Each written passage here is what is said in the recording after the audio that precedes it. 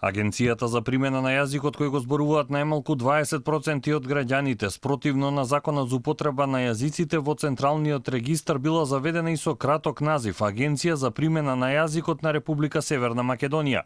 Владата призна дека краткото име кое освен во регистарот стои и на веб страницата на ова владино тело не е во согласност со законските прописи. Сепак владиниот портпарол не одговори конкретно дали ќе биде преземено нешто за смена на краткиот назив. Овој назив потсетува на формулациите на Бугарија за македонскиот јазик. Источниот сосед, негирајќи го неговото постоење, повеќе пати инсистира тој да биде признат како официјален јазик на Република Северна Македонија.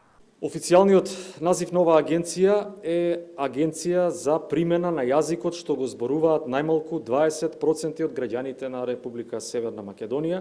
За впишаното скратено име во Централниот регистар, владата укажува дека тоа не е во согласност со Законот за употреба на јазиците.